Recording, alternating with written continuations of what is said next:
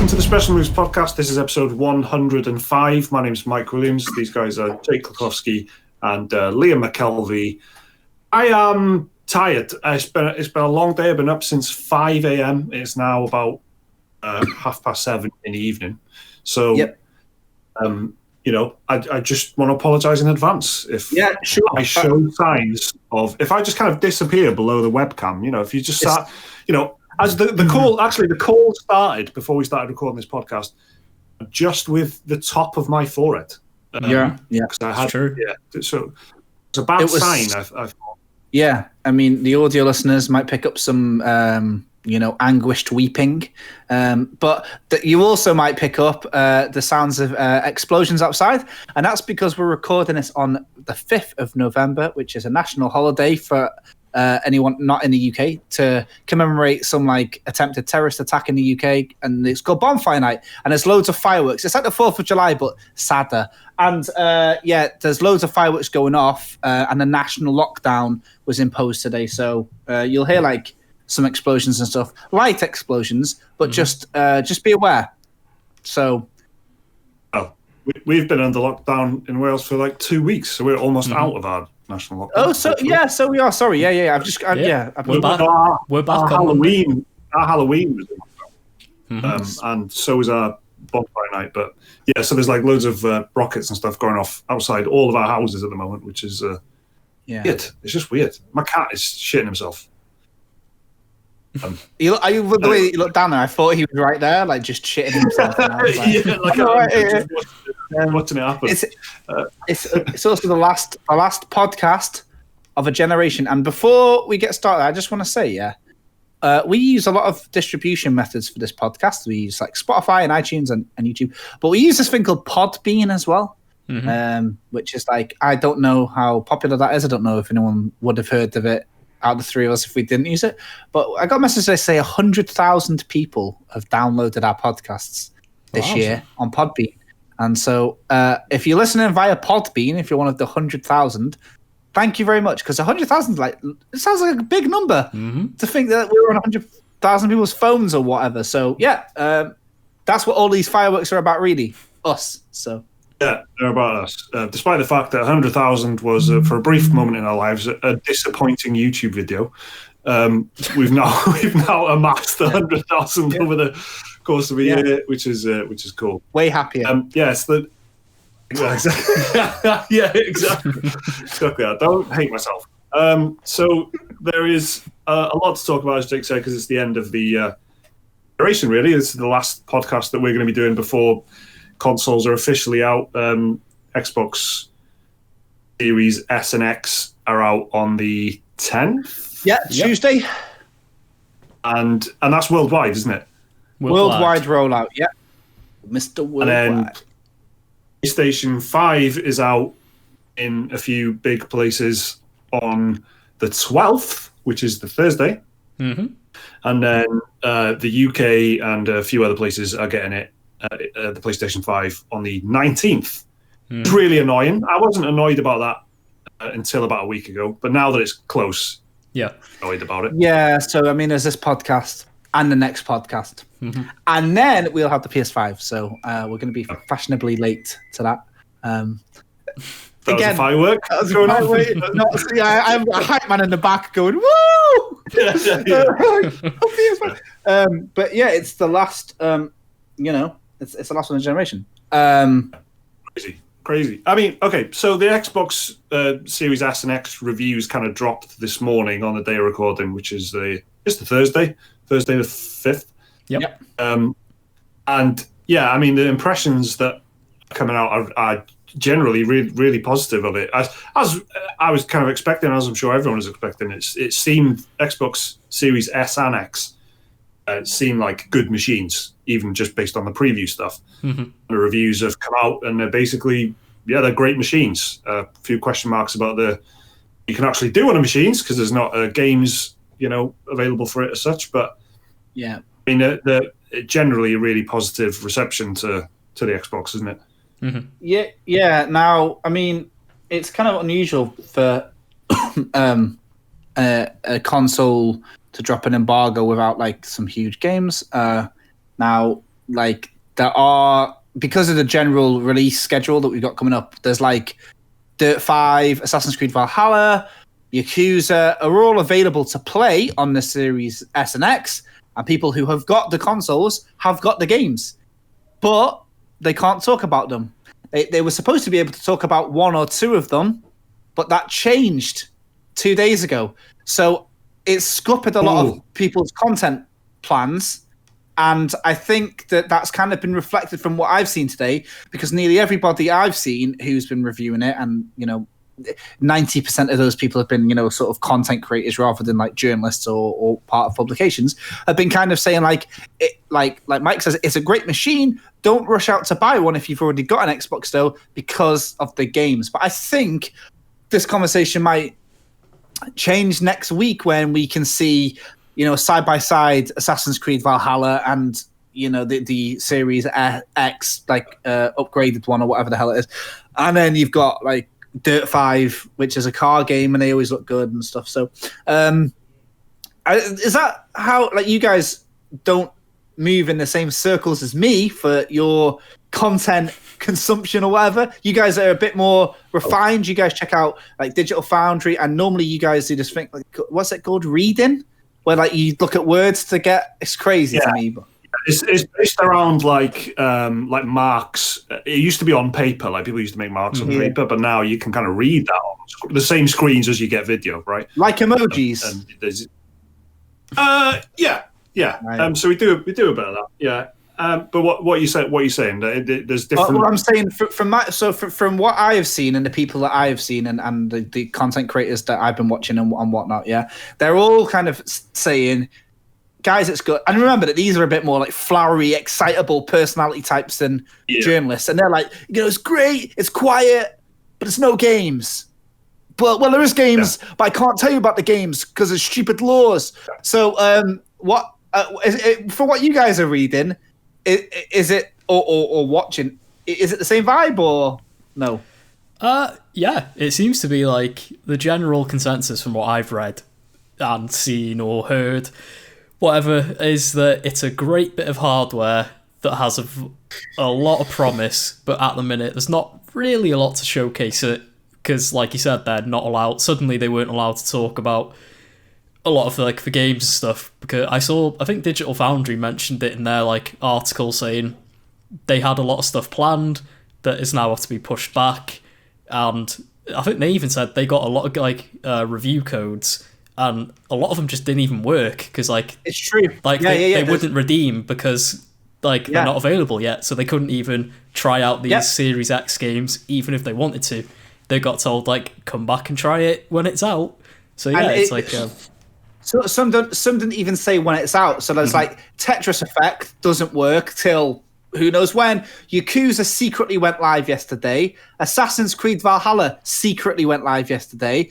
But the games that you can play, Ori and the Will of the Wisps, Gears 5, and these are all games that are on Game Pass. So you're getting a code for it, which is redundant. And Gears Tactics, which actually I don't think is on consoles just yet. I think it's been available on Xbox Game Pass for PC. PC exclusive for a while. Well, so that's playable, and that's pretty much it. And Dirt 5, they've been the only games that have been playable out of this list of literally 21 codes, and it's been meth. And then I say, on top of that, the games that did work, Dirt 5 did work, and out of Ori and the Will of the Wisps and all this shit, you're going to play Dirt 5, right? Because it's a new car game and you're playing it on some new hardware. And then with 2 days' notice, pulled. So it's just, it must be a bit painful for the reviewers, I guess, right? Yeah. Yeah, it's got to be, isn't it? And I mean, it's kind of easy to forget, and it's also easy to say. People have said it a lot this year, but COVID-19 has had a massive effect on everything, and we were kind of doubting even for a little while whether or not we'd actually get the consoles this year, weren't we? So I mean, the thing I was saying earlier about the release date of the actual PS5 in the UK being a bit later. Well, that's it is annoying, but I can totally see why this year of any year that might happen. So I can don't know what I don't want to sound like I'm just making excuses for them and stuff, but you just don't know what's causing stuff behind the scenes, and that's got to be among the things that has caused knock-on effects all over the place, and things not being quite ready, and developers working from home, and like Cyberpunk, that's moved twice, isn't it? 3 times. 3 times, yeah. There you go. So it's and some of that has got to be down to the fact that people are working from home and stuff. And I don't know. I didn't read what their statement was, but it's things are being delayed, and the timing of stuff isn't as perfect as maybe they would like it in a normal year. But perhaps that's just one of the things that's going on. Yeah, I mean, I work quite a bit with Xbox and Microsoft's distribution thing for codes, and like it's there are awkward things of it, like when if you send in a review copy to somebody, it sometimes is a 25-digit code, they redeem that, but then from day one that code doesn't work anymore and they're locked out of the game, and then you have to send them another code, and it's just really it's a messy and unusual system. So like for for some of the games that you're putting in to not even have like a SKU number or anything, it's a bit messy, but they've been in the hands of people for 2 weeks now, which is plenty of time to make the most of some of the features that people are already like well aware of. So I think kind of what made me laugh today was seeing loads of content creators playing their Xbox and talking about Xbox Game Pass and how great it is, because people have been sleeping on it still, and a lot of streamers especially and YouTubers will have gaming PCs anyway because they need to have that kind of set up. So they're like, whoa guys, this is really good. Like I was telling you guys before, like a friend of mine who's been playing it, and I've been talking to them all week, they're playing the fucking absolute powerhouse of a game, Grim Fandango, Banjo-Kazooie, and Night in the Woods. That's what they're playing on their new Xbox, and that's a classic. Someone's just had Game Pass, triple threat of games. If ever I heard it, like because they messaged me like, what games should I get? And I was like, download Dirt 5, that'll be good. Download this, and then they were like, oh, I've got distracted Banjo-Kazooie and whatnot. So it's funny. Fair enough. I mean, I was telling you guys the other day, like the Xbox One X that I got in my house. I've played more like Fable 2 on it than fucking anything else. No, it's great for that. Like I've been playing I don't know what it is. I think I'm now associating it with that sort of thing. Yeah, so I'm playing. I can't talk about. I'm not allowed to talk about it in this. But I'm playing Assassin's Creed Valhalla. But I have to talk about it next week because this will go out 3 hours before the embargo, which is annoying. So I'm playing that. I was playing it over lunch, but I turned it off because Deep Rock Galactic has just come to Game Pass, which is PC as well. Yeah, PC and console, and it's if you don't know about Deep Rock Galactic, guys, I know that by the end of this podcast you'll have about 100 games you're interested in because of all the stuff coming out. But if you've got Game Pass, this game is like 2 gig, it's 2.2 gig. It's probably the best multiplayer game I've played this year. We used to play it, and it's a great time. Like, so me and my wife were on it on lunch, and I was just saying, it's not the most exciting, adrenaline-fueled game, but it's the most fun. Like, there's a synthwave soundtrack. It's full of funny like stories and weird accents, and it's just a fun game. So I've been playing old games. I mean, it gets thrown around a lot, but it is full of charm, isn't it? Like genuinely, like just good, funny little ideas that are just, it's that same kind of like Fable. Idiosyncrasies that just make it you just enjoy being in it. Yeah. Because of the, No, that's it. But I guess the point I was trying to make was right that even me now, I've been using the Xbox for 2 years almost, and I have got new games that are, very well high in demand games that a lot of people would kill to play, and I'm still lured in by older titles. Little small indie titles. I literally, right, the other day I went to turn on Destiny. The loading screen's on for like 3 minutes. I tabbed out, clicked on Undermine, and I'm in. And that is how bad it's getting. I couldn't even make it through the Destiny 2 intro menu because I knew that I could tab out and click Undermine and get into Undermine before I could load it up. So that's the only problem with the Xbox. It's too much It's like Banjo choice Kazooie. paralysis. Yeah, but with loads. You're playing the Xbox One S, aren't you? Yeah, which is the lowest. No, it's not the lowest tier. The Xbox One. Apart from the original Xbox One. Yeah. It is the lowest kind of available model. Yeah. So you'd imagine that's what the appeal of the Xbox Series X and Series S is going to be. That you'll have that like immediate, super fast loading times, good graphics and stuff. You can't help but feel that games are compromised playing on Xbox One S, especially if you play anything that's like cross-platform, something like Outer Worlds, for example. I thought was just I thought it was hideous on Xbox One S, but then I played it on PC, and I've got a GTX 970 in my PC and an old i5. It looked amazing. It looked well better than the Xbox One S version. So having that big leap ahead in the generation for the Xbox is surely going to make the Game Pass experience like much better, isn't it? When you said that, I just thought the new Xbox launches with that quick thing but it can do up to like 3 games, can't it? So I could literally have Destiny and Deep Rock Galactic and Undermine all at once, able to jump in and out. So for that. So I'm too old for that. I can't. I'm turning 30 years old this weekend. I don't know if I mentioned it, but I can't. I cannot even dare to think about having more than one game on a go, even within a week.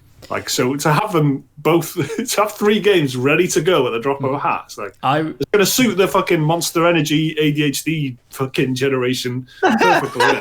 Yeah, exactly. Enjoy that, kids. It's all powdered now, mate. G Fuel and all that, innit? Yeah, when they die on Fortnite and they're waiting for a new lobby to come, they can quick tab into a game of FIFA instead, and then when the lobby's ready, they can quick back into Fortnite with their friends. Yeah. I got a headache, man. I will never use that feature. I can only play one game at a time, and that's it until it's done, or I give up. I've been going a bit. I'm very aware that I'm really lucky to have loads of the new games before, and I want to come strong with and I realized I fucked it because the podcast comes out we put out this podcast on a Monday, and then by next week, quite a lot of people have already played these games. But I played Assassin's Creed and whatever, and I got Yakuza on. But it's but because of that, I've been pressuring myself, and I've literally the game. Honestly, the game I've played the most this week is this game on the iPad, this game on Apple Arcade, right? So here at the Special Moves Initiative, we cut ties with our previous partners at Google, and constantly looking for the next hot trend. We turned to Apple Arcade after some negotiations. Just call him Jake Jobs. That's it, exactly. That's it. Because this wouldn't really mean them, but I didn't. But the thing is that Apple Arcade is £8. So I was like, all right, and I've used up my free trial, but I was looking for a good game on the iPad, and I wanted a tower defense or something like that.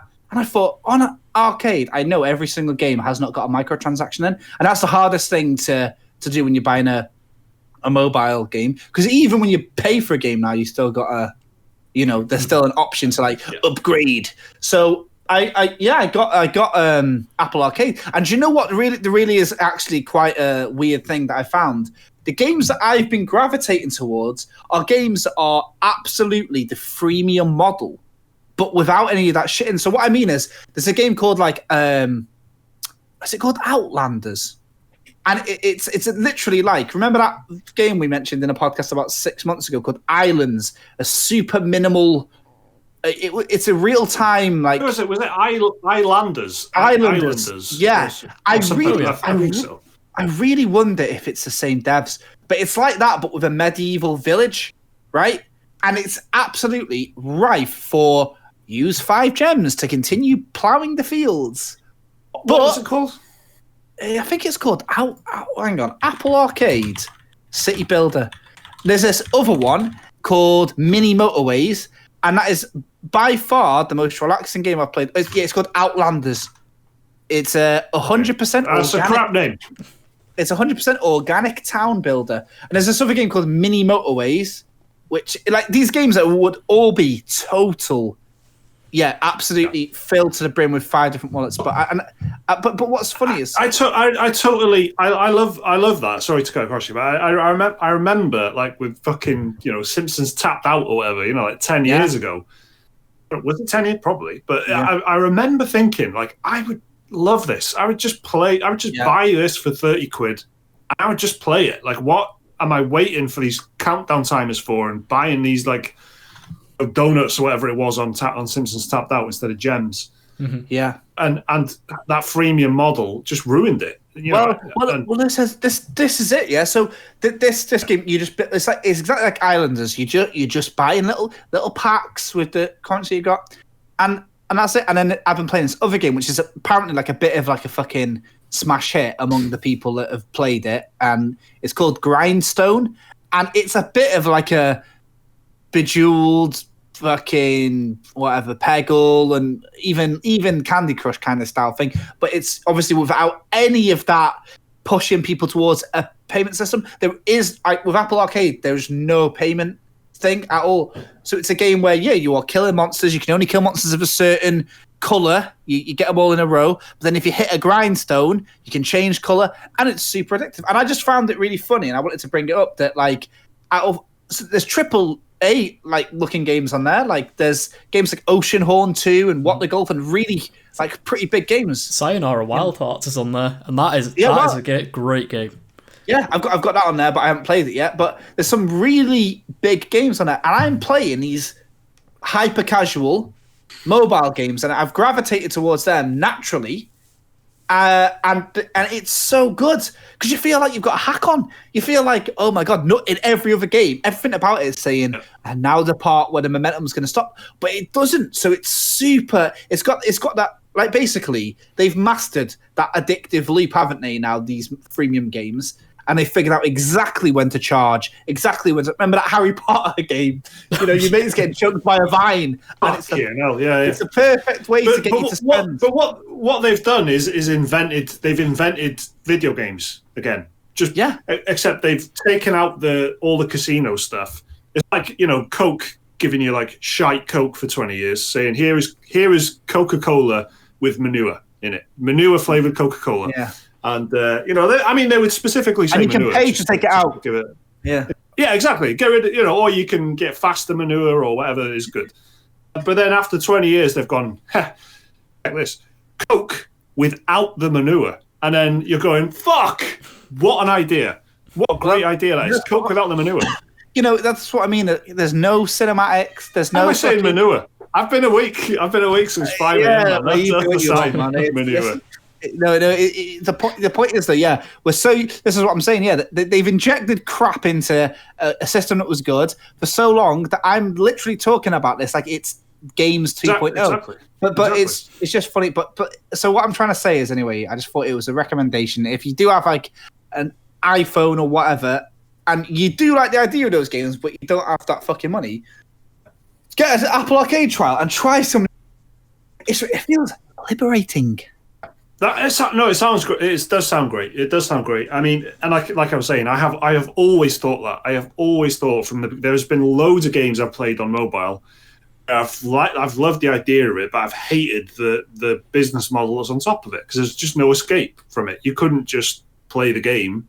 You had to be involved in the, and I mean be involved by either waiting for the timers and playing it every day, or paying to get rid of it. So you would just, you couldn't escape from the freemium model, like you said. So the idea that they're making games that are, like you said, like ripe for it, and they're just giving you a chance to just play the game as you would have done on the PC like 30 years ago. Yeah, it's proper Xbox arcade vibes, man. Like I feel like it's exciting. It's exciting because it's like there are obviously loads of limitations to like touchscreen, even though like iPads are pretty powerful or whatever. Like they're still being designed with this like weird limitation. So it's actually really like, I'm a big fan of like indie games anyway. So it's just really cool to see really good indie games. And I think that it's always anything with a big storefront has got a creation problem, and it's Apple Arcade thing. And I'm actually surprised at how fucking good it was. So you can just call me the Apple Arcade ambassador for the next month until the £8 runs out, and then I'll think about splashing out again or not. Exactly. You're lost, Google, is all I'm saying. You've lost the fucking... Lost an asset there. Ian, what have you been up to this week, mate? You been playing anything?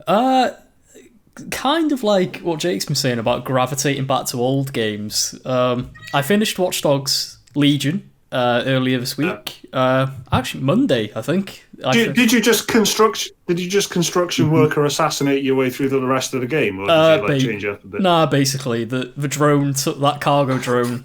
It was with me to the very end. And, too effective to ignore. It was. We were the perfect team. You know, cargo drone and a nail gun is all you need Liam apparently sent, to liberate London. I didn't see what the car. I couldn't imagine. Like, I don't know if anyone else has the same problem. Sorry that my baby's crying in the background. But I didn't know what to expect from the cargo drone. In my head, I couldn't picture it. Liam sent like a GIF of this cargo drone following like a. Yeah, and I was laughing out loud for ages. The mission was, it's one of those missions, you know, they've been done so many times, so it's like you've got to tail the person in the car, you know, you can't get too far behind or too close to them or you'll fail the mission. So what I did was I hovered at a steady pace in the cargo drone above them.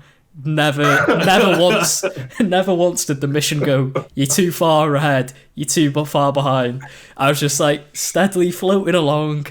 Never got spotted once. It was great. Perfect. It was like watching the way that your character perches as well. It's like the fucking Green Goblin. Do you know what I mean? It was. Oh yeah, that's exactly what it is. I was looking at it thinking, what is that like?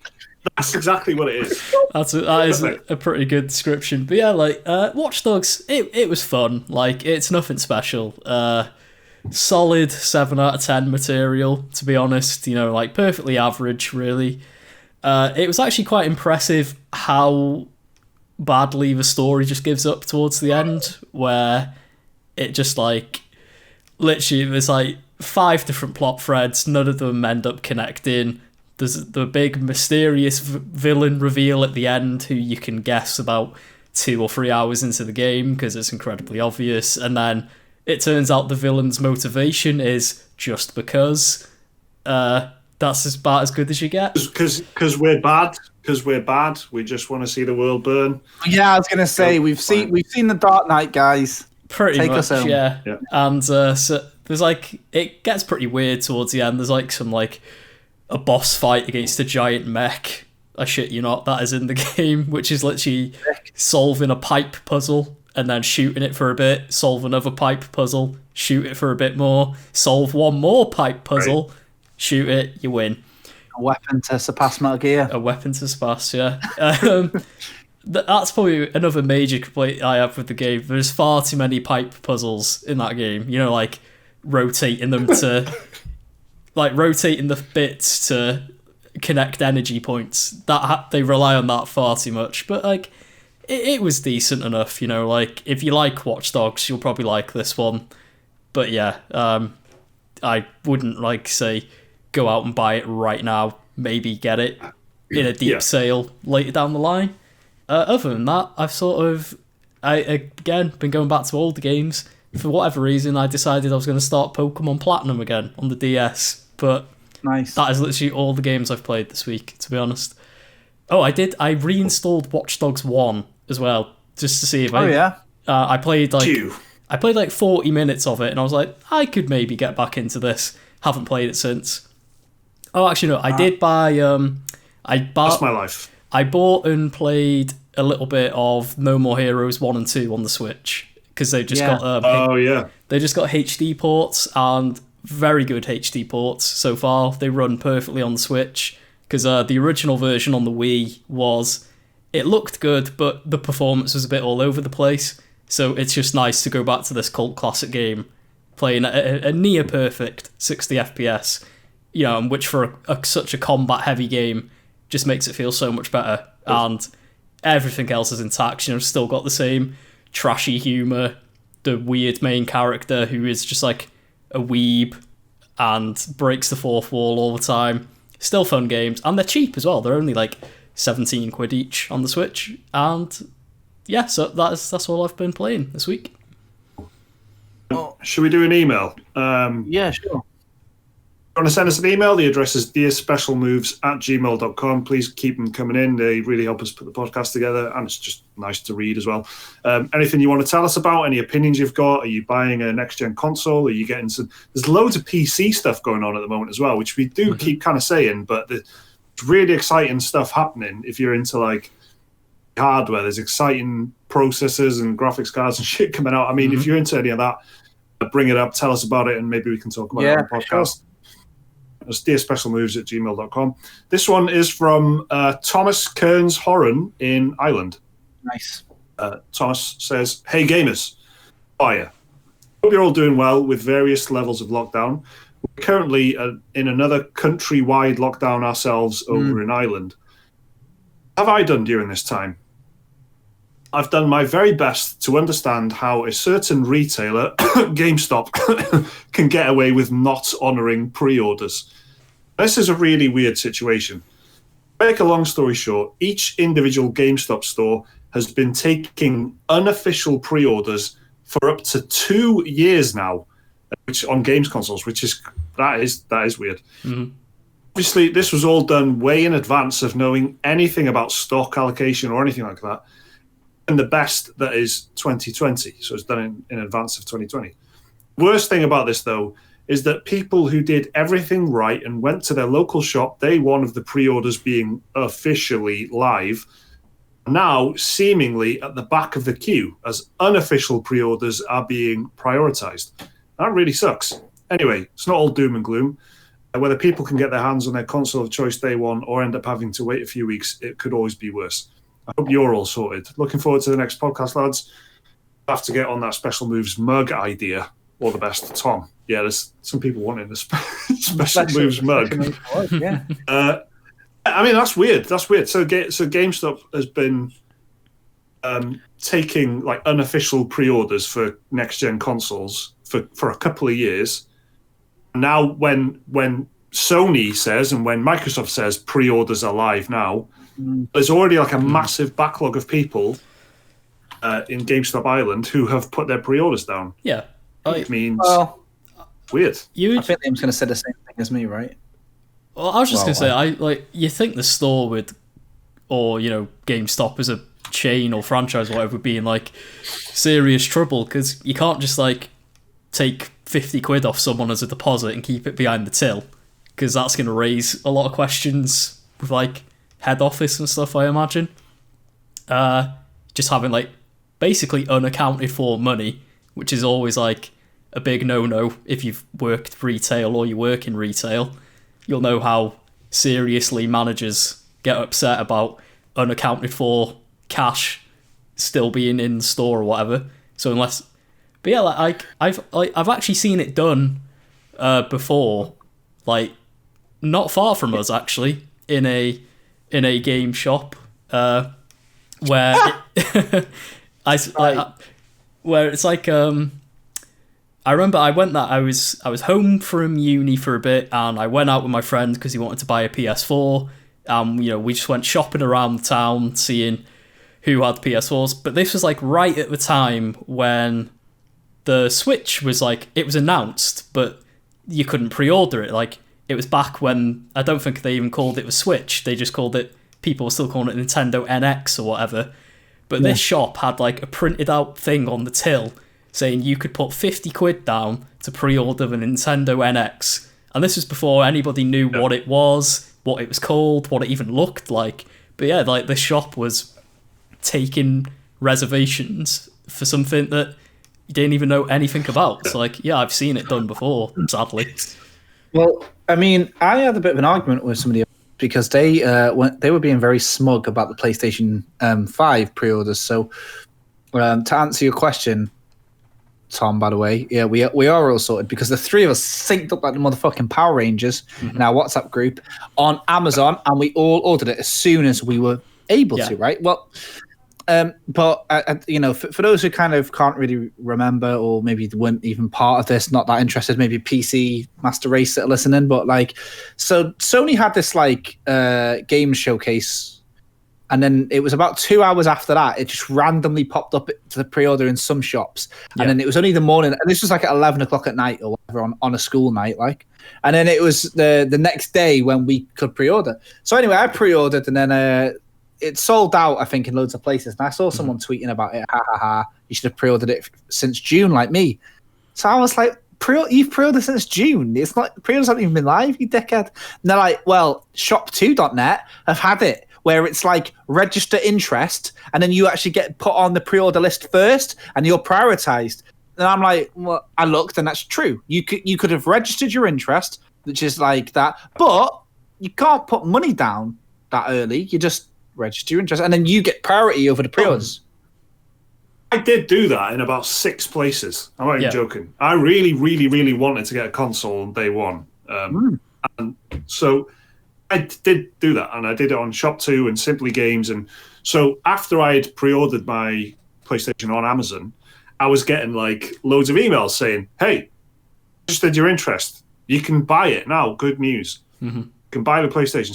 So they did have this like pre-queuing, I guess you would say. It's like a queuing system. Yeah. So you haven't really pre-ordered it, but have said, I want to pre-order. So it's like, pre-ordering your pre-order.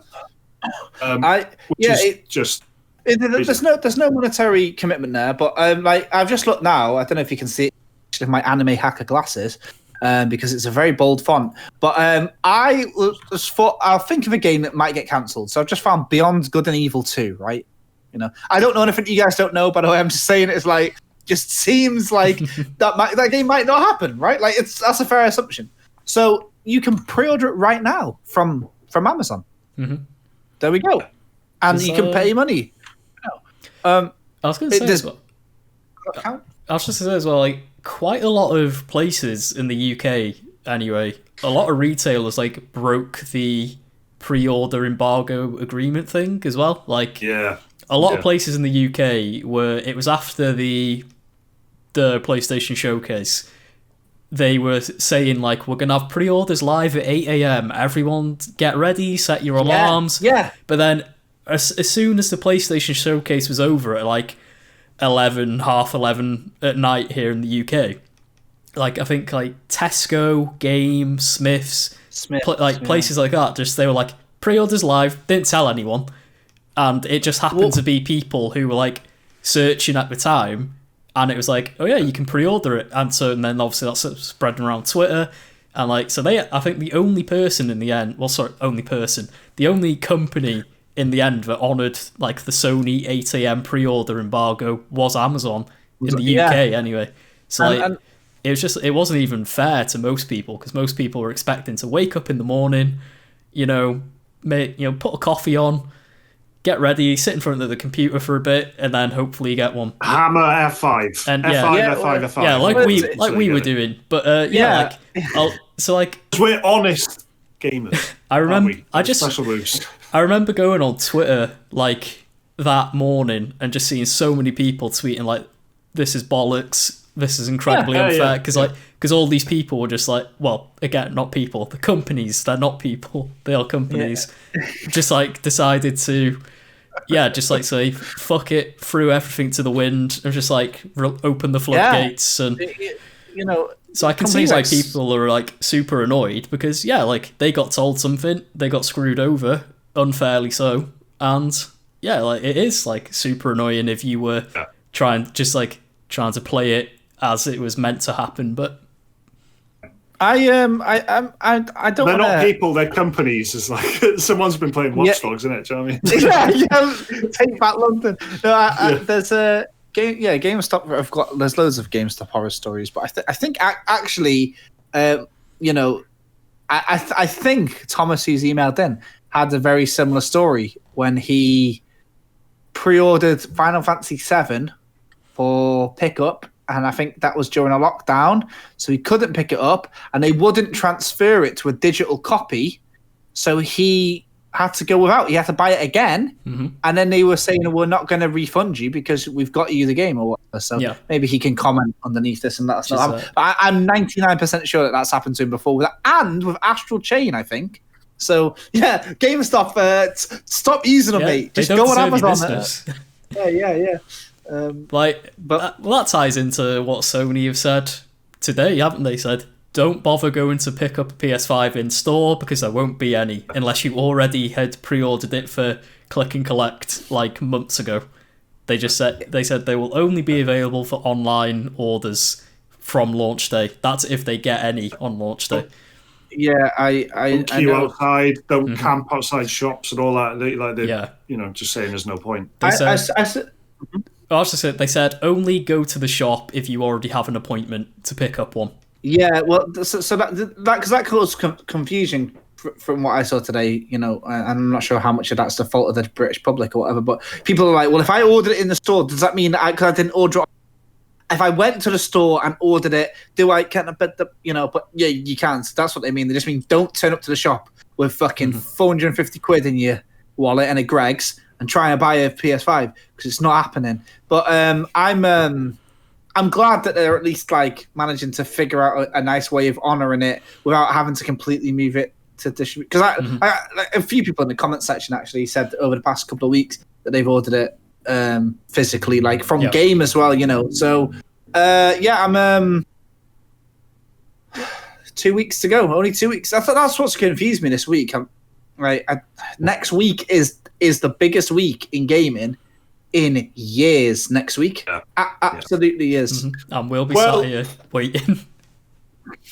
So I mean, it is a bumper, super duper list of new games coming out next week because of next gen. So this is a next gen special new games list that we're going to do in this podcast.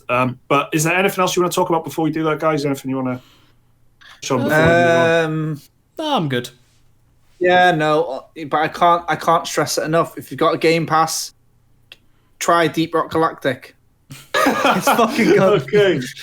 Okay. Right, let's do it. So this is the next gen special new games list. So these are the launch titles. There's a lot of ports in here and things. So this is a long old list of games that are going to be available. I would say not as backwards compatible games, but as fully fledged new games or ports next gen consoles on day one. There's a lot to get through, as you'd expect. We're recording this podcast early because I wanted the weekend off. So thanks everyone for putting up with that. So this means we're saying this on the podcast is probably going to go out Friday, I guess, isn't it, guys? Are we gonna hold this? Are we gonna hold this off till Monday? Yeah. Yeah. Yeah. You don't want to bombard for poor viewers, listeners.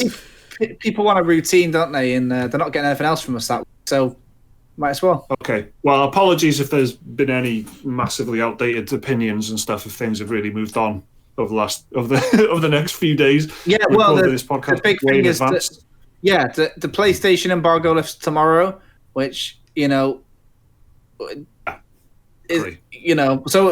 probably not going to have some opinions. It's already gone by now, but they're not the real opinions anyway. They're just the opinions of fucking whatever Astro, whatever the fuck. So yeah, that's why we didn't talk about the PS5 reviews, but we did talk about Xbox.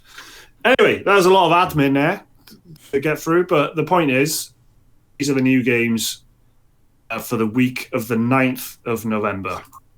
So on the 10th, which is the launch of the Xbox Series S and X all over the world, there are these games. If you're interested, lads, all right? Yeah. Ark, Survival Evolved, Xbox Series X. Nope. Assassin's Creed Valhalla. Yeah. About a million platforms on that one. It's coming out on all the platforms. Yeah. It's I can't say if it's good or not, but it's not bad. But it is Assassin's Creed. That we can say for sure. Borderlands 3 is that on Xbox Series X? I guess. I might revisit this on PS5 or whatever. Yeah. Well, I mean, it'll be like see what it's like for 5-10 minutes and then probably uninstall it again. But Borderlands 3 was desperately in need of some extra horsepower on the console version, I thought anyway. That's fair. Because it was quite sluggish a lot of the time. Yeah, you're right. I forgot about that, but you're dead right, A lot going on in there. Even though it is that kind of specific kind of art style, there's a lot of like shit on screen at any one time, I think. Mm-hmm. Yeah. A lot for the console to think about anyway. Dead by Daylight, Series X. Wow. Destiny 2 Beyond Light, which that's not really, okay. So the Beyond Light expansion, which is an update as well, Destiny 2, which I've been looking forward to for a long time. I'm going to get this. So you will be able to play this on the next-gen consoles, but you're not going to get the next-gen upgrade till, what was it, December or something?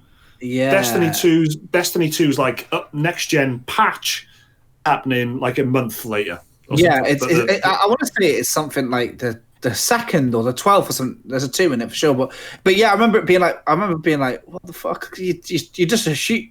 I don't know. It's a bit weird that. I mean, it's not. I'm sure there's a practical. Of course, there's a lot for them to get done in that short time. But I imagine it'll just work like it does on PS4 Pro, Xbox One X for now. Yeah. So that Destiny 2 Beyond Light, the expansion, is going to be on PC, PS4, and Xbox One also. Devil May Cry 5 Special Edition is out on Series X. Yeah. This one is very weird. For whatever reason, ray tracing is exclusive to the PS5 version, I think. That's the shit. I hate that. I hate these. Is it a timed exclusive? You can have ray tracing for the next 6 months until Xbox gets it as well. There's so much weird shit going on with this one. But then the special edition will only be on the next gen consoles. It's not coming to PC. But Virgil, who is part of the special edition as a new character, he is coming to the PC version as DLC. I think he's coming to the console, the PS4, Xbox One versions as well as DLC. It's so, I don't know what is going on with this. So if you like demon hunting twinks, it's everywhere. If you like ray tracing, next gen only, PlayStation 5 only for a bit. Yeah. Imagine it was called Demon Hunting Twinks 5 Special Edition. That was the internal code name. Yeah. Okay, so that's happening. Again, remember, this is the 10th of November. This is Tuesday. Dirt 5 is on Series X. Series X. Yeah. I was supposed to be able to talk about this today, innit? But I can't. So I've been playing this loads. And I don't know anything about card games to spoil anything. It looks nice, and I'm playing it on the One S. So if I was playing it on the Series X, it would probably look way better. But I don't know. If you like cars and that, it's expensive. Well, the very fact that you've been playing it loads and you're not even, I think it's one thing being into racing, and there's a totally other thing being into dirt rally off-road games, which is a different thing. Yeah, for sure. I mean, it's expensive. I wouldn't have paid for it, but also but when you play it, you like the quality. It's not like Wreckfest or whatever, where you're playing it and you're like, this is like a budget. It seems like a really, it seems like a proper product though. This, so you can see why if you were a car fan, you would pay full whack for it. It's good. No disrespect to the developers of Wreckfest, it totally is a proper product as well. Just as proper of a product as Dirt 5. Sorry. I don't know what Enlisted is, but that's out on Series X. It's a first-person Sounds shooter. like I do. How do I know? It's I do know about this.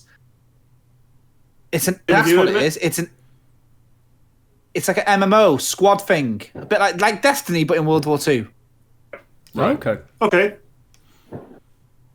They were showing off months ago. Yeah, it seems like it could be cool. That style, taking on little missions and stuff with a squad, and it's got good graphics, like Battlefieldy graphics. But they were showing it off for months. It's one of them where it's kind of snuck through. Okay, This is going to take forever unless I bang through a few, so I'm going to bang through the Fs. You happy with that? The Falconeer, Fortnite, Forza Horizon 4, and Fuser. Continue. Okay. We're into the Gs. Gears 5. Gears Tactics.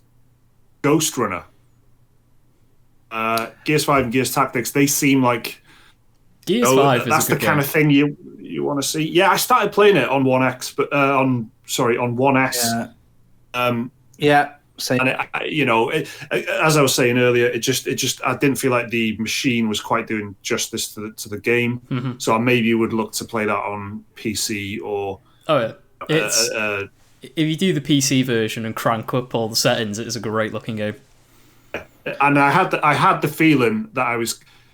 Weirdly, I had the feeling that it looked nice enough to make me think I'm missing out on a great looking game by playing it on one. Yeah, so, to be fair, it's a great looking game on Xbox One X as well. Looks fantastic on that. I'm sure it would. Yeah, I'm sure. And to be honest, that's what it was probably targeted at when it was developed, wasn't it? They were looking at the One X, because So there's that, and Gears Tactics, which I still haven't played, and I'm a huge fan of XCOM. It's good. I'd never finished it, but I got a good way into it. I liked it, which is weird for me because I don't usually like tactics games. Reviews were good, and they were like the developers were praised specifically for like trying to just add something to the mix and like put their own identity on instead of just being a straight clone of XCOM and all the XCOM mechanics. They tried to do their own thing with like some of the finer points of the combat, which is pretty cool. So yeah, Gears Tactics. I want to play that. Manifold Garden, Maneater, NBA 2K21, No Man's Sky. That's going to be we've talked about that quite a bit. Observer System Redux. I like Observer, but I haven't finished it. Have you guys played it? It's like a Five Nights at Freddy's kind of. It's. I've been meaning to play it. Like, I've had it installed on PC for ages, and I really liked the developer's first game, Stories Untold. I just haven't got around to playing Observer yet. People that did Thingy, didn't they? Didn't they do sorry. Blair Witch, yeah? Yeah, is it confused it? Observation? I thought it was Observation. Yeah. Sorry, yeah. No, Observer's one. Layers of Fear, Blair Witch people, isn't it? Which no, I will not play it because I really did not like Blair Witch, and I did not like Layers of Fear. Yeah. So sorry, Bloober. It's a cyberpunk. That's right. It's because like you've got like a chip in your head, yeah. So like people appear. So like there's just jump scares right in your face of like faces for no reason, which is just really fucking annoying. I actually played this. I've got it on PS4. That's look cool. So that's Observer. System Redux, which is on PC and Series X. Ori and the Will of the Wisps is on Series X. Planet Coaster Console Edition. Go on then. Oh, I should say I've still not played Ori yet. Another game I've had installed forever on the Xbox and just not got around to it. Played a little bit of a Blind Forest and I didn't get like sucked into it really. Akuna of Rice and Ruin is out on PC, this looks Switch, good, this PS4. Game. It's a half the game is like a farm management game where you're building up your rice farm and you're cultivating rice. That's what all games are about now. Imbuing it with special properties, and the other half of the game is a side-scrolling hack and slash game. And it looks quite cool. If the reviews are good for it, I'll probably pick this up, because it looks quite nice. Cool art style. Developed by a really small team of people as well, I think. Like 5 people or less developing it. The development team are called Edelweiss Medien's Werkstatt GmbH. Catchy. Sounds like a JRPG, but it's actually a German development team. A German company. Yeah. It's very long German words that describe exactly what it is, which I love. Sea of Thieves, as you might expect, is a Series X launch title. Tetris Effect Connected, which is on Xbox One and Series X. Liam, Can you tell us a bit about this? So this is a Anything about port. it? It's a port of Tetris Effect with multiplayer this time round, so you can all vibe out together on Tetris Effect. Yeah, like I think everyone knows how much I love Tetris Effect and my weird inability to actually describe why I like it so much. It is a very strange thing for me, but it speaks to me on a different level. But yeah, it's like I think it's coming to Game Pass as well. So like if you've got Game Pass and an Xbox, play some Tetris Effect and you'll be a new person after you've played it. So give it a go. But I think the only new it is coming to PC and PS5 eventually, I think, but it's got like a year exclusivity on Xbox or something. But yeah, the big feature is I think it's ray tracing again. Yeah. That game would be so nice with ray tracing though. The particle effects in that game are something else. The HDR in Tetris Effect is beautiful. Okay. All right, cool.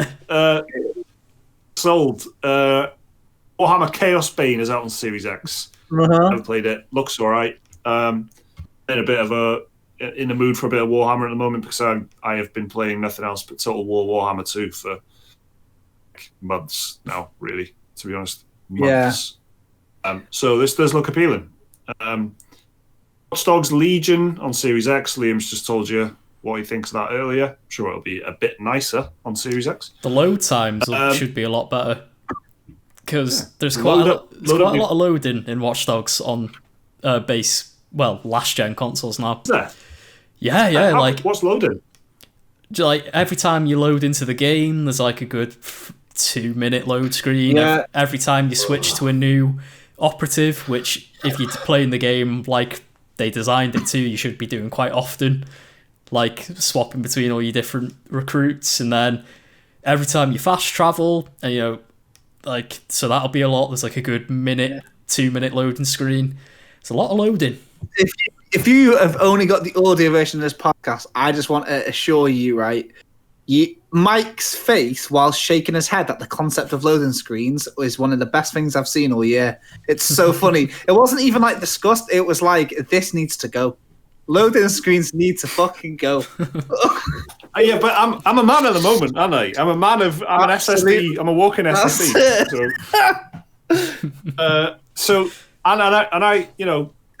I put up with a lot of loading screens as well because I play Total War, as I was saying, which is like there's two levels to the game, so you're always loading between one and the other.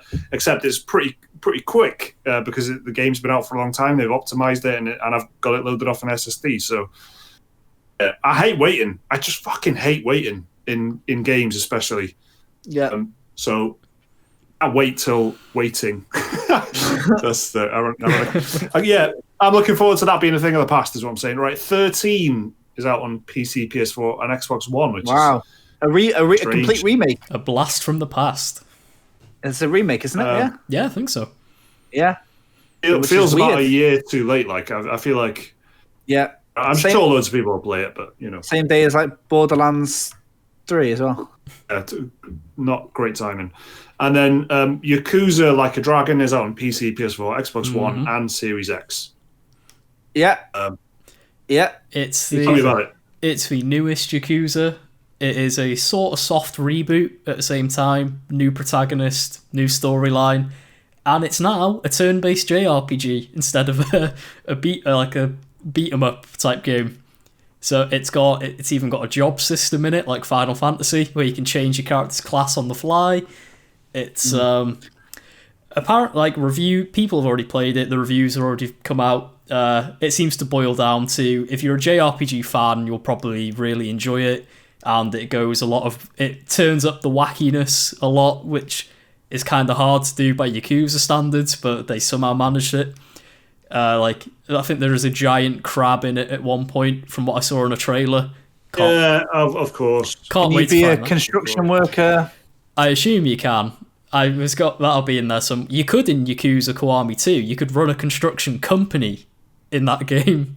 Just stay true, Liam. Mashima Construction, best construction company in Tokyo. Yes, of course I'm going to play this to death. Don't know what on yet. probably PC, because PS5 version isn't coming out until next year, apparently. Don't want to be stuck in the past playing it on a PS4 or an Xbox, so I'll go PC version. Yeah, I'm looking forward to this big time, because I really want to see how... Fuck the past. Yeah, fuck the past. That's our official stance here. I really want to see how Yakuza translates into a completely different genre, see how it holds up. From the reviews, sounds like it holds up quite well, so I'm looking forward to this one a lot. Okay. I am exhausted, and that is only halfway. I was about the to say- 10th. I was wondering. I was like, 10th. yeah, I was thinking like, do you think we're done? That sounds like an anime bad guy. That's yeah. Oh yeah, this is the final form. This is genuine. That's what's happening right now. This is fucking So that was the Ishin's 10th. third health bar from Sekiro, mate. Yeah. This is me quitting Sekiro in rage. Right, so that was the 10th, which is the Xbox Series X launch. There's a lot of games there. And as I was saying at the beginning of that, this is basically just stuff that is officially, it's not an exhaustive list, because you can play backwards compatible games. Things like Destiny is a bit weird because you can play it on next gen, but it's just, it's not going to have it's not an official port yet. It's just because the consoles are backwards compatible. Speaking of Destiny, sorry, Mike, there's a bit of delay between us, so I don't want to interrupt you. But I think, speaking of Destiny, we can't miss out Warframe, which is also on the 10th for getting a big push, a big patch in that. But yeah, so not including games like that, games that are getting sneaky little updates. Exactly. Rocket League's probably getting one. You know what I'm saying? It's all over the shop. This is just shit that's on Wikipedia. Yeah. So on the 12th, which is the Thursday, that's PS5 Day in the US and much of the world. Assassin's Creed Valhalla is out on PS5, which we've talked about. Astro's Playroom, which I couldn't give less of a shit about this till about a week ago when Digital Foundry did their it was like a weird thing, but for some reason the controller for PS5 had some kind of embargo lifted. Yeah. And then loads of people were talking about the controller, and then a little bit about Astro's Playroom, which is obviously it's pre-installed onto the PS5. It's a 3D platformer, and it's basically a game that's there to demonstrate what you can do on the PS5, including how good the controller is, because the controller has some features in it which are quite new, like triggers can change the resistance on how much the game wants, so you can give it the feeling of lowering a character and springing upwards and changing the pressure on triggers and stuff like that, on weapons and things. And Astro's Playroom is supposed to be a great example of what the system can do. So what do you guys think about this Astro's Playroom? Are you gonna give this a go? Yeah, sure. Especially if this is the thing that is selling how revolutionary the controller is what people have been saying online, then yeah, I'll definitely want to see if it lives up to the hype. Yeah, for sure. And I mean, the game looks nice and colourful and shit like that. So it's going to make a big difference from the other games, which you'll talk about in a second, I guess. But everything else that I'm interested in that's coming out is not like that game. But yeah, one thing I heard that everyone was talking about was you can. At one point in the game, it's raining, and you can feel rain splatters on the controller. I'm like, how the fuck's that? Is this like that HD Rumble thing again? Like with Nintendo, you can feel the ice cubes in the glass. No, you can't. Sure. One of them was in a sandstorm. The character is in a sandstorm. You can feel the grains of sand passing through your hands, which I love. I love that kind of shit. Right. And so it's nothing to do with Astrobot, but did you see what Capcom was saying for Resident Evil is going to do with the controller?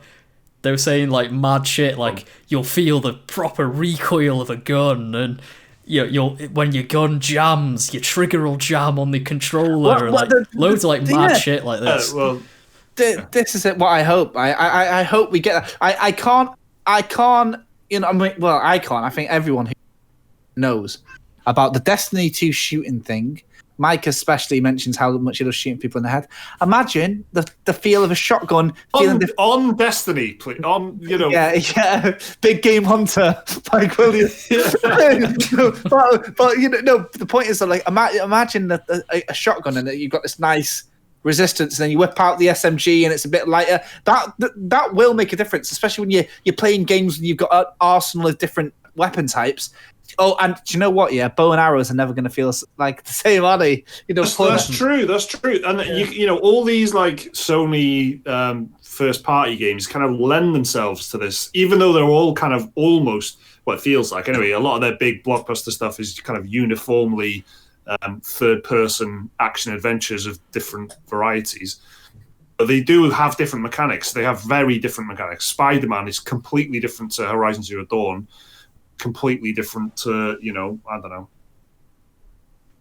What is it completely different to? Fucking Last of Us. It's not, is it? It's like the same as all other games. Stop myself dead in my tracks. They have these, like, Horizon has the bow. Spider-Man, what I'm saying is Horizon has the bow. Spider-Man has, swinging, the movement. Everything is completely different.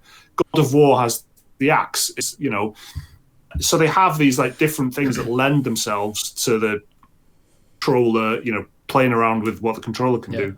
Do you think Naughty Dog are already thinking, like, feel the life drain out of your victims in The Last of Us Part 3 as you, like, shank them to death? How can they feel the life slip away with the adaptive triggers? Feel the fur of the dog's neck you have wrung.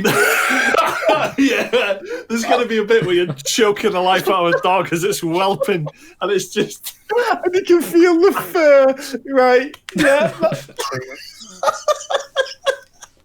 Liam, I think you're onto something here, mate. There's three. The empathy pad. Mm-hmm. Yeah. Yeah. Imagine they just dropped the name PlayStation Empathy Pad. I'd respect that. I'd respect the balls of that. So anyway, that's Astro's Playroom. Borderlands 3 is coming to PS5 as well. Bug Snacks is happening on PC, Mac, PS4, and PS5. Bug Snacks is going to be the first PlayStation PS Plus game on PS5. Interestingly, there's only one, right? Or have I missed that? That's the only like free PS Plus freebie that they've announced anyway? For PS5, yeah. It's It's that, and then the others are. It's like Hollow Knight and Shadow of War, but I assume you can download them on the PS5. So yeah, it will work. Yeah, exactly. They will work. So that's cool. Death Come True is coming out on PS4 only, but again, backwards compatibility. Does anyone know anything about this? I think it's a visual novel from the people who did Danganronpa. That's it. That's all. Okay. Demon's Souls remake is out on PS5. This is, this and Spider-Man, which we'll get to, is the big game of the year. Exclusivity. It looks fucking phenomenal. I've never played Demon's Souls. I can't wait for this. They put about like a 5-minute kind of gameplay video out about just over a week ago with the Flame Lurker. I don't know. This will be like my third time through it, I think. Yeah, it'll be interesting for you, Liam, because you'll be able to. Jake, did you play Demon's Souls? I didn't. I've obviously love all the Souls games now. Making my way through and getting the platinums, and I didn't play it. I could have got it emulated PS3, but I mean, I wanted to. I've not been tempted either. I'm the same as. I think we're in the same boat, aren't we? Really, where we've played all the Souls Born games and love them, and Sekiro, and really, really love them. Bloodborne's my favorite game ever, but I've never played Demon's Souls. And this just looks. There's just something genuinely kind of. This is a stupid phrase, but it looks next gen. It's the only way I can really express it.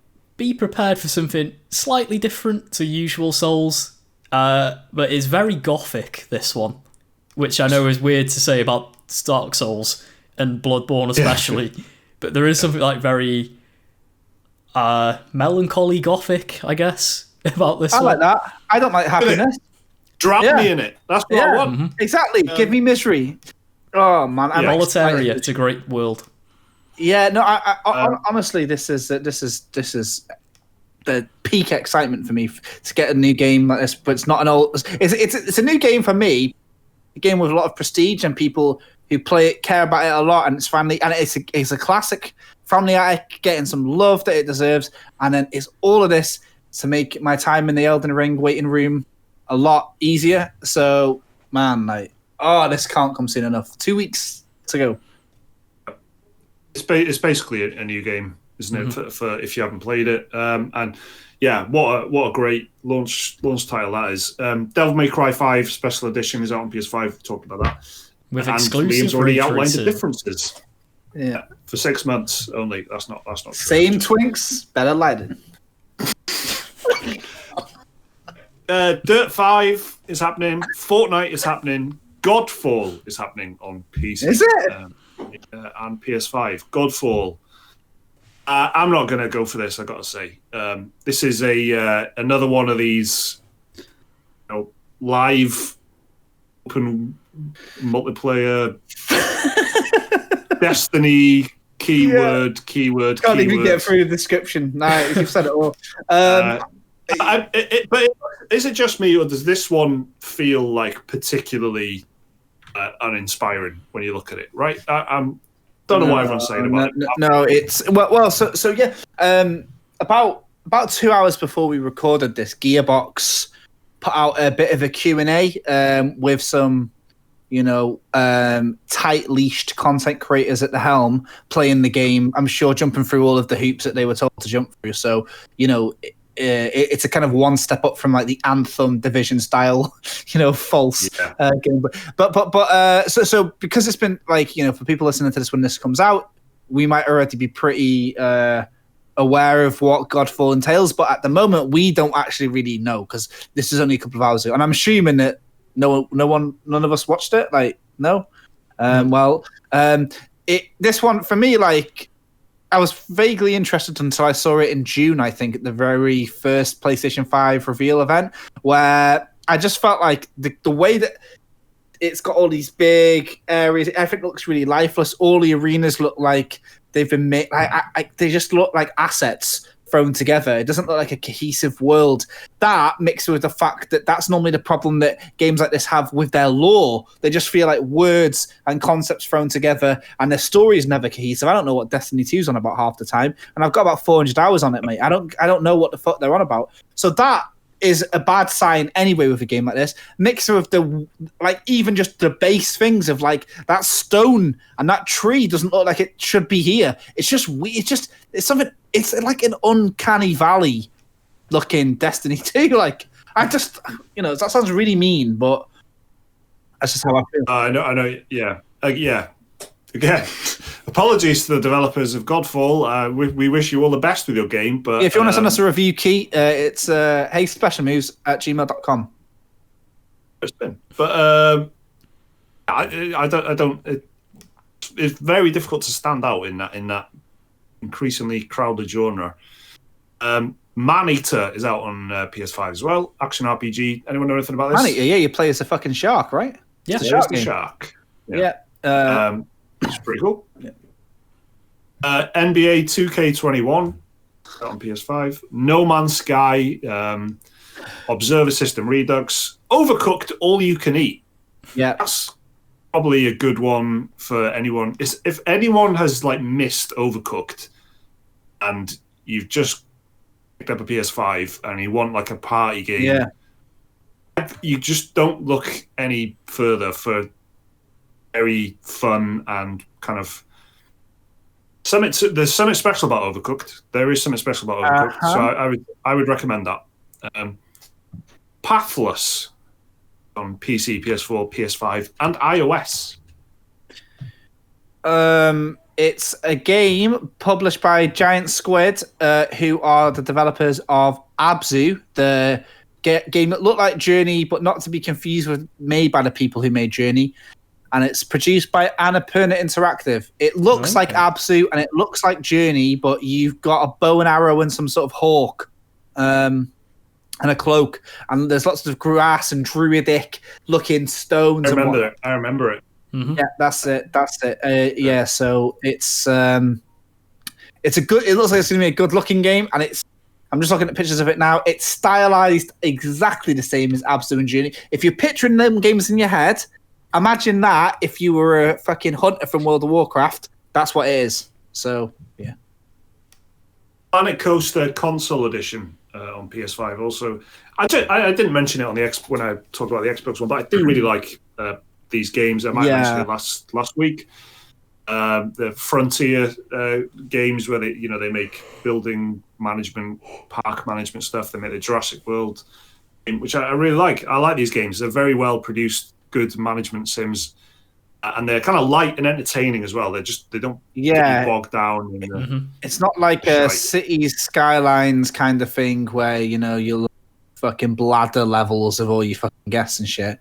Like it's quite fun. This, and I think I mentioned it actually last week when we were talking about Jurassic World. What I like about it is it does retain this kind of cool humor that that reminds me almost a little bit of like Theme Park World from back in the day. Yeah. So I'm a big fan of this game. I don't know how well it will translate to console. I did play City Skylines actually as part of Game Pass, and it was horrible. It's what RTS players imagine console ports to be. It was, where normally you do actually see that there's surprisingly good jobs. Games like Divinity and Pillars of Eternity have had pretty cool adaptations made to it to work. City Skylines did. So I wonder if Planet Coaster is going to be more that way or more that way. Just Dance 2021 is out on Switch, PS4, Xbox One, and former brand ambassador probably doesn't know, but it's out on Google Stadia as well. It's like how you don't check in on your ex to see if they're happy anymore because you're over them. Stadia, yeah, exactly. Yeah. You don't care. I don't care in solidarity either. Get fucked. I don't care. Sackboy, A Big Adventure is out on PS4 and PS5. I don't know about this. I like the look of it, but I'm a sucker for 3D platformers that look like they could have been on the PS2. Not graphically, gameplay-wise. I mean, graphically it looks very nice. But it's like I might get this later down the line. I'm like I said, I do like a good 3D platformer. It's not made by the Little Big Planet people. It's made by Sumo Digital, I think. Yeah. Actually, no, I think they did Little Big Planet 3, so it is technically by the Little Big Planet people. Because Little Big Planet people, original development team, are now working on Dreams, aren't they? Yeah. And Sumo Digital took over. Sumo Digital have actually... They're decent, aren't they? They've done a lot of stuff. Yeah, they've done a lot, and they're like a pretty big UK company, and they get contracted a lot to do a lot of like legwork for games. So from what I remember, like they were like a really big part of. They're the people that saved Crackdown 3 from development hell. That's it. They did loads of the work in that, and they put out a game recently called Hot Shot Racing. I played that. They do it.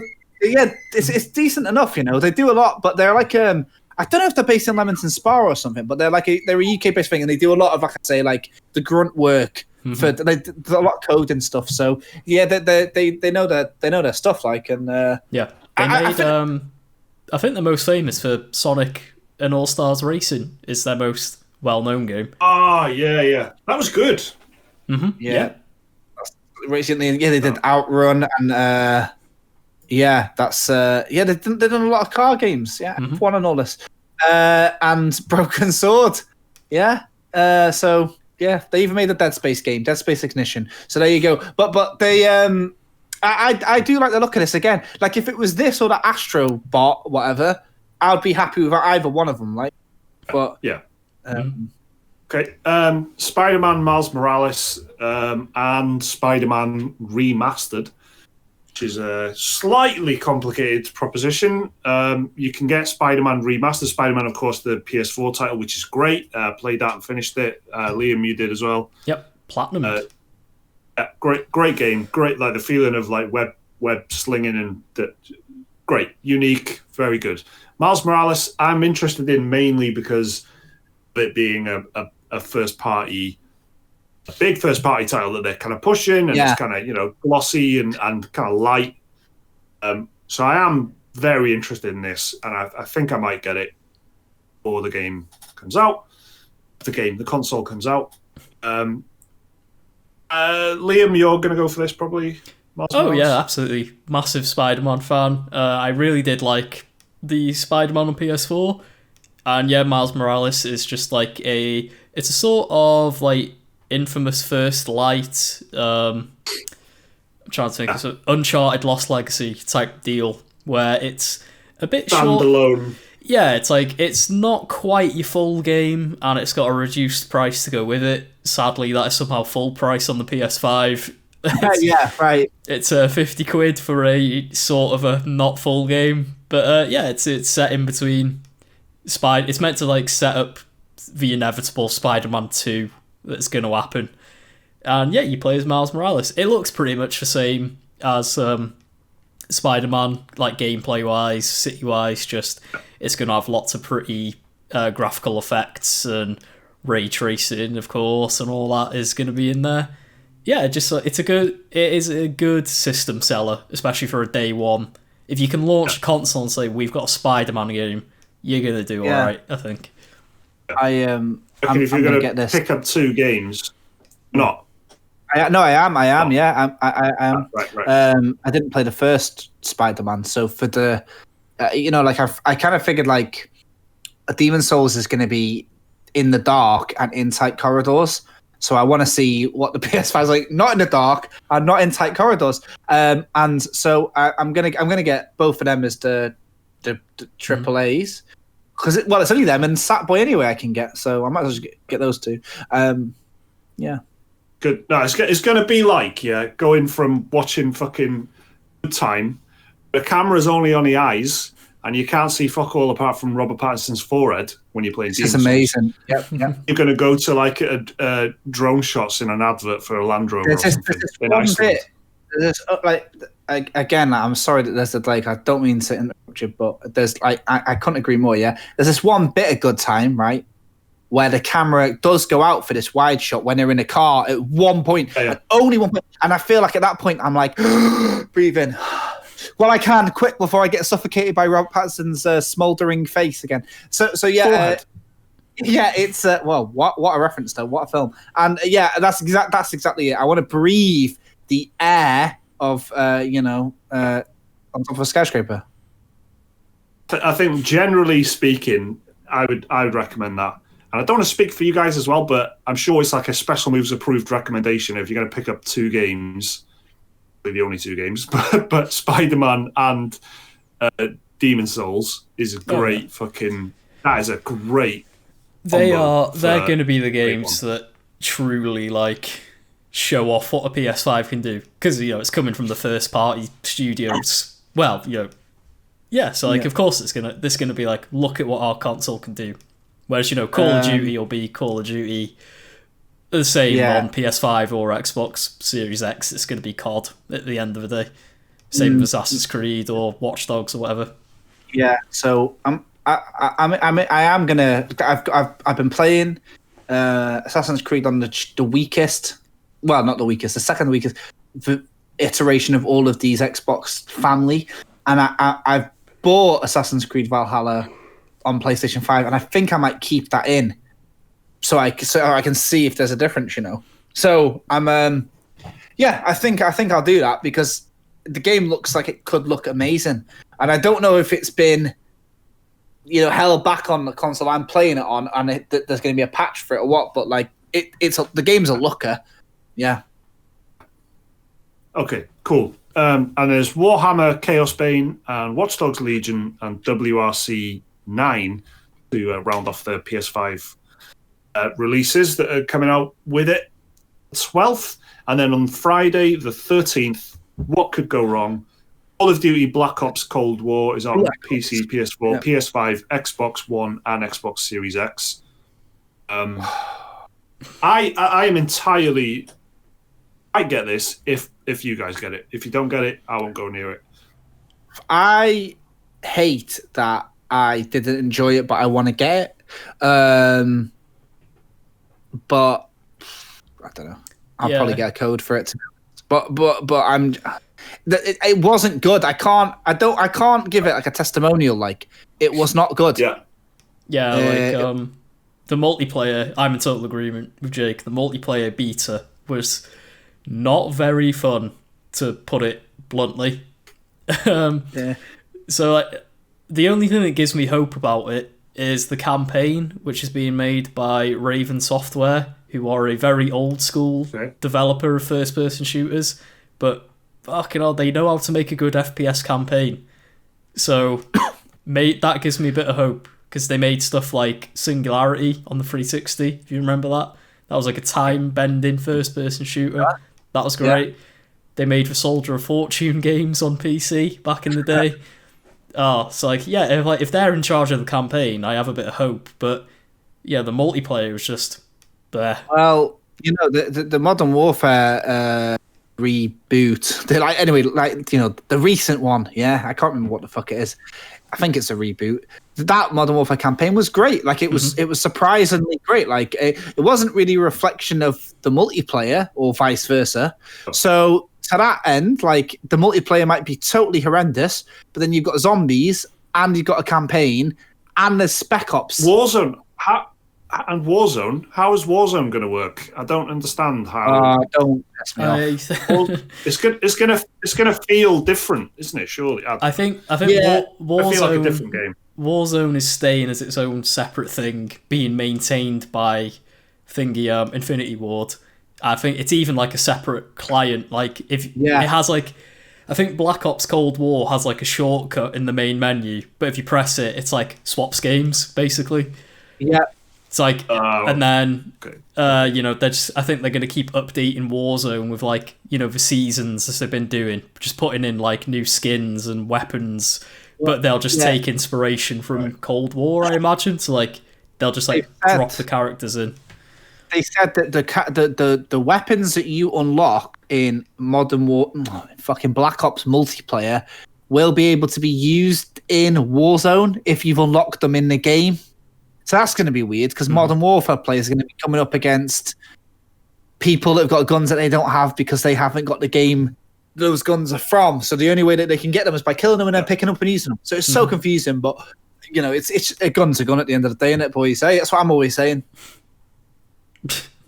And to round off the two that we've been waiting for this whole hour and a half of podcasting, Friday the 13th of November, Kingdom Hearts Melody of Memory is out on Nintendo Switch, PS4, Xbox One, described as a rhythm action. Yep. There is a demo for this, if you want to play it on PS4 and Switch. It is it's a rhythm game with all the Kingdom Hearts music in, and the Kingdom Hearts music is beautiful. So I imagine I don't think, like, I've got the demo installed. I haven't played it, but it's not like Theatre Rhythm, which is the Final Fantasy rhythm games, which are on 3DS. But it's a different gameplay to them, and it looks like a visual album basically, except with some gameplay tied into it, which is a bit like what Sayonara Wild Hearts is. That's just a visual album, really, with some jumping and moving left to right. And that's what Kingdom Hearts looks like. But yeah, I bet you the people who put Sayonara Wild Hearts together would hate it to be described as a visual album with some jumping. I'm sure they would be very high concept subway surf. That is selling the game, sure, and I do love that game. But like I don't know, I might get it like later on because I like Kingdom Hearts. I like the Kingdom Hearts music. It might be a nice chill time. And you know, a lot of other stuff we've been talking about is happening the same week, isn't it? So it's I've only got so much time and money. Exactly. If this was June, you know, who knows? But it's not. Need for Speed Hot Pursuit Remastered finally coming to the Nintendo Switch. Racing on a Switch to round us off. Right, I'm done. I am done. I want to get a cup of tea, bit of telly, and go to bed. If you're watching this, not listening, this is the last podcast. Mike's going to have colour in his hair. He's 30 on Sunday, so the next podcast, completely grey. That's how it works.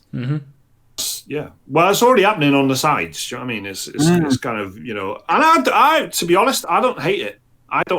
I'm like, hey, that's pretty good. Yeah. pretty sharp. It's a free pass to hate young, basically. I've like I probably. I'm moving into my 30s is probably going to be a golden era because I'm already old. Fuck. Yeah. So the closer I'm getting to it, the happier I'm going to be. I'm not going to feel. It's going to fit like a glove, isn't it? Exactly. I'm going to finally feel happiness. Do you know what I mean? Because I'm allowed to be miserable. Well. Good. So apologies for recording this on Thursday night, but I'd like a weekend off. It's going to be a big week next week. Strap in. Week. We will watch politely from the sidelines, like which people. Everyone else in lockdown, and yes, we're rooting for you. So play them games and let us know in the comment section the best games. Games. If you're going to give us opinions, make sure they're honest. All right. Yes. Honest opinions only. Yeah. Yeah. Cheers, guys. Nice one. We'll no shilling. No shilling. Okay? We'll see you next week for the next one, for the next generation. Goodbye. Goodbye. Chilling.